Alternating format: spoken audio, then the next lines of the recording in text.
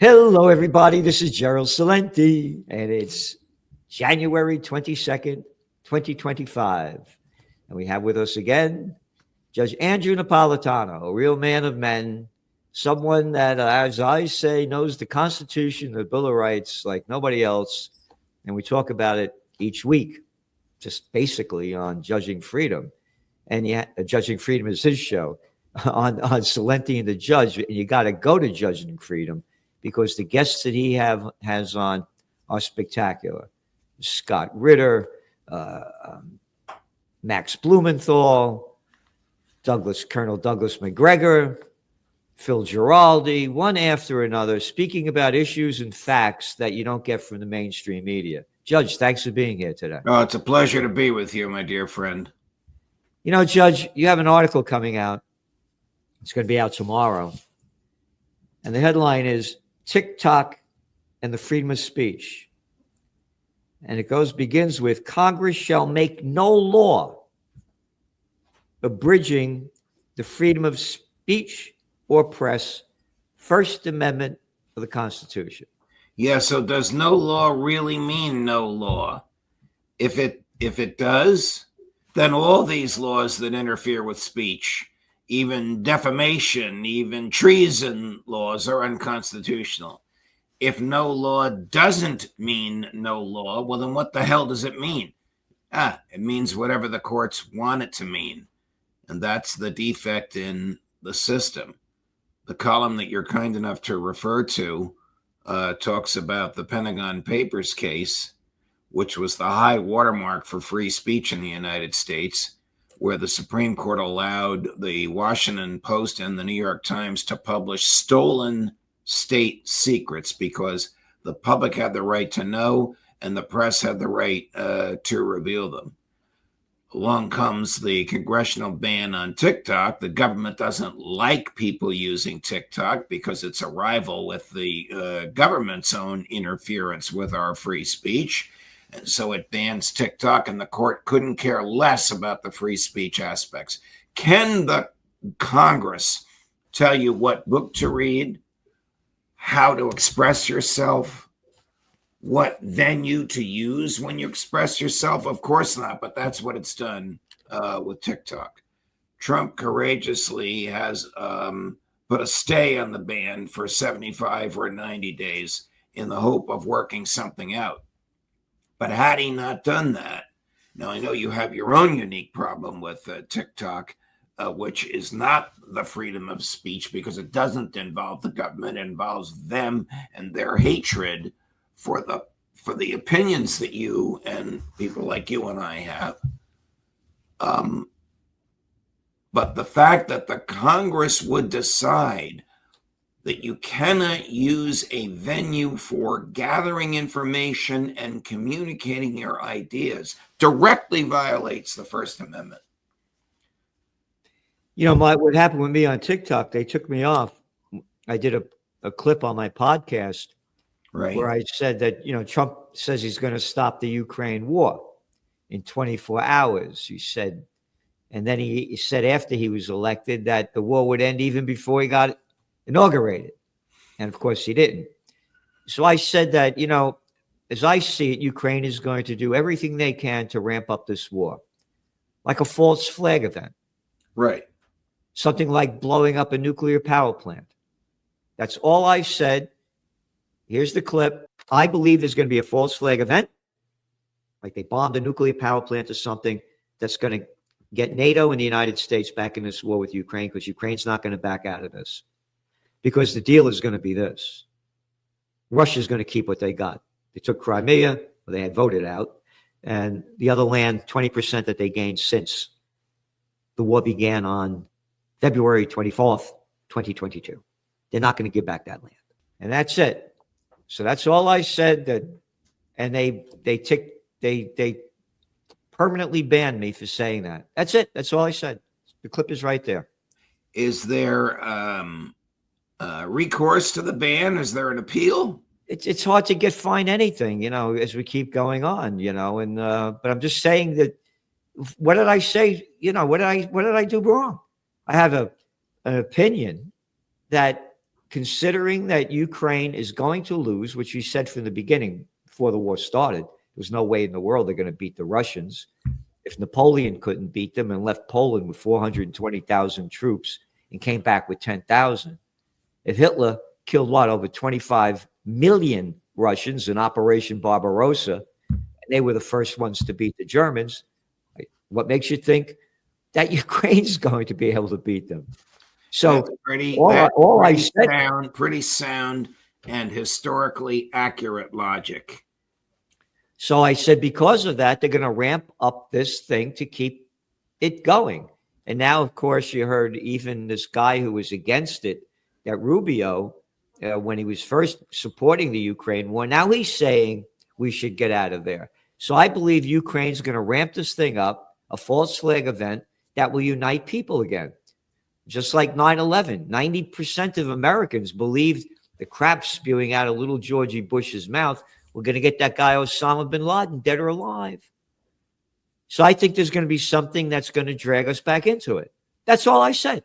And I got I got blacklisted. I don't know what's going to happen with Ukraine. There's no way that they can defeat the Russians. No. If you listen to this character, Sebastian Gorka, who's one of Trump's senior foreign policy advisors, he's been threatening Putin, although recently he's been rather silent about it. I don't know that Rubio doesn't strike me as the Secretary of State type. Nevertheless, is the Secretary of State as we speak. I don't know what he's going to do. So I don't know where any of this is going to go. Trump said he'd end the war in 24 hours. Then he said it'll be over before he's president. Then he said it would take him 6 months. Then he appointed this general Kellogg. Then Kellogg made threats to Putin. Then they'd silenced Kellogg. Then Gorka made threats to Putin. Then they silenced Gorka. So I don't know where any of this is going to go. Now that Kellogg said 100 days. But again, think about this. You're running for president. You say, I'm going to end this within 24 hours, and you didn't. How come you're not being condemned for lying? Right. Good point. And then you said it would be over before you got inaugurated, and it's still going on. And now you're saying 6 months. Where's the outrage? Right. Here's something that Trump did say on his speech, his acceptance speech, about free speech. After years and years of illegal and unconstitutional federal efforts to restrict free expression, I will also sign an executive order to immediately stop all government censorship and bring back free speech to America. I think he's talking about the efforts by the Department of Homeland Security to pressure big tech to repress speech that the government hates and to use their algorithms to advance speech that the government likes. If he gets the government out of that business, it'll be a remarkable victory for free speech. I don't know if he's going to succeed in doing that because it's actually started under his first term. Excuse me, he began this. But if that's what he's talking about, my hat is off to him. So what happened during his first term? What did he do? I don't know that he was even aware of it, but his Department of Homeland Security, just like Joe Biden's Department of Homeland Security, pressured Facebook and Google and the others to suppress speech that they hated and to use their algorithms to advance speech that they wanted. This was challenged in the Supreme Court of the United States, and the court said, no, again, inexplicably, no violation of the First Amendment. Well, whenever the government puts its thumb on the scale of speech, whenever it encourages or discourages speech, whenever it evaluates the content of speech, it violates the First Amendment. And that's all they do. Your article goes on here as detailing how the government, the founding fathers, the phrase "no law" in the First Amendment literally means no law. And you're talking about the Ellsberg trial, when Justice Douglas asked government lawyer if the phrase no law in the First Amendment literally means no law, he was unable to answer. The court found his mumbo-jumbo reasoning so telling that it actually published a transcript in the Q&A in the court's opinion itself, something it had not done before in modern times nor since. Because they can't answer the question of whether no law means no law. If no law means no law, then every effort by the government to interfere with speech is unconstitutional. If no law doesn't really mean no law, well, then what the hell does it mean? It means whatever the justices want it to mean at any given moment. And that's what you say here. Regrettably, today, no law means whatever the court says it means. That's what happened last week when the court upheld congressional legislation silencing TikTok. And you go on to say that yet, rather than analyzing the legislation based on that, the court, mouthing similar mumbo-jumbo as a Department of Justice lawyer in the Pentagon Papers case, ruled that if Congress decides that some commonly used instrument is detrimental to national security, then the court will not second-guess Congress, even if this has the ancillary effect of abridging upon the freedom of speech. It's an outrage. I did put a line in there just for you, in which I said, free speech is vital to our humanity as we pursue happiness. Remember that? Yep. The pursuit of happiness is one of your favorite lines. And here's the cover of this week's Trends Journal.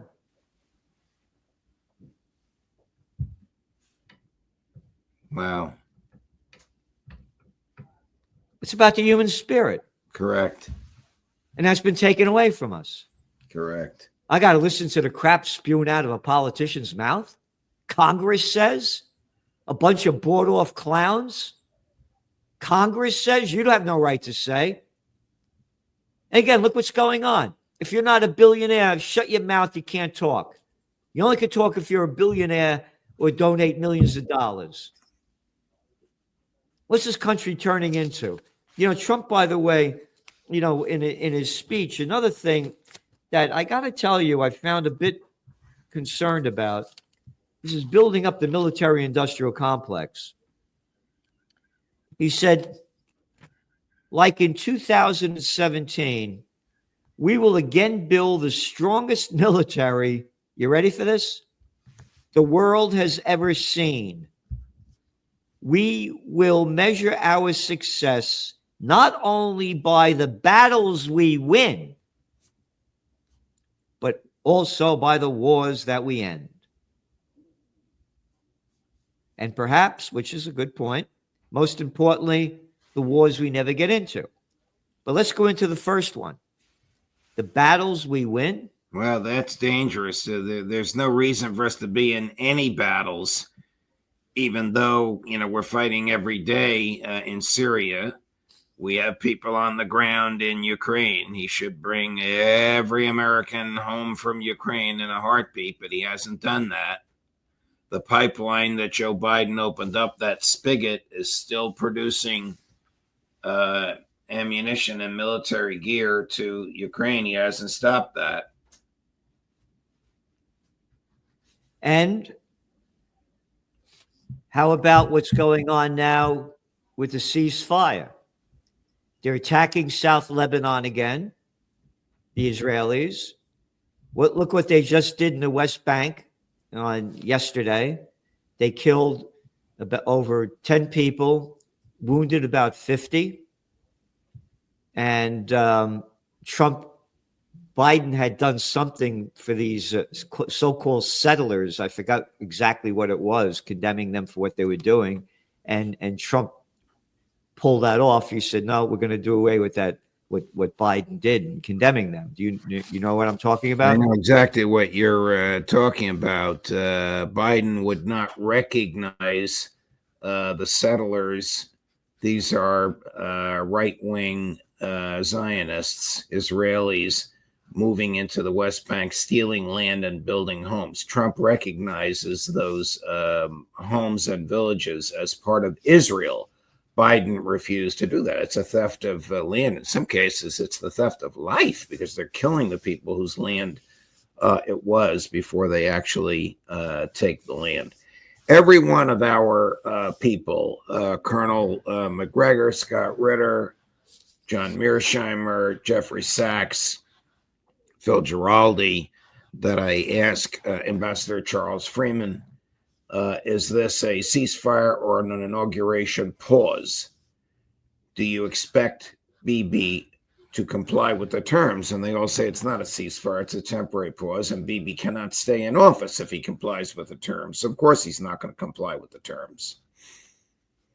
And now they're also bombs away over Syria. They just killed more people in Syria today. They're in control of over 30% of the water in Syria, and they're stealing more land in Syria.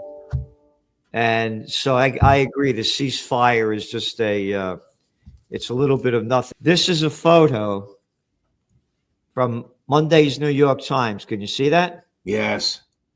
Shows the devastation of Gaza. And this is the headline: Relief, Joy, and Uncertainty as Gaza truce begins. Look at this thing. Totally destroyed, bombed to ruins. Bombed to ruins. And this is how come they hadn't been putting this picture up day after day for over 500 days? Wow. One lousy picture. How come they weren't showing this day after day after day of the genocide being committed by?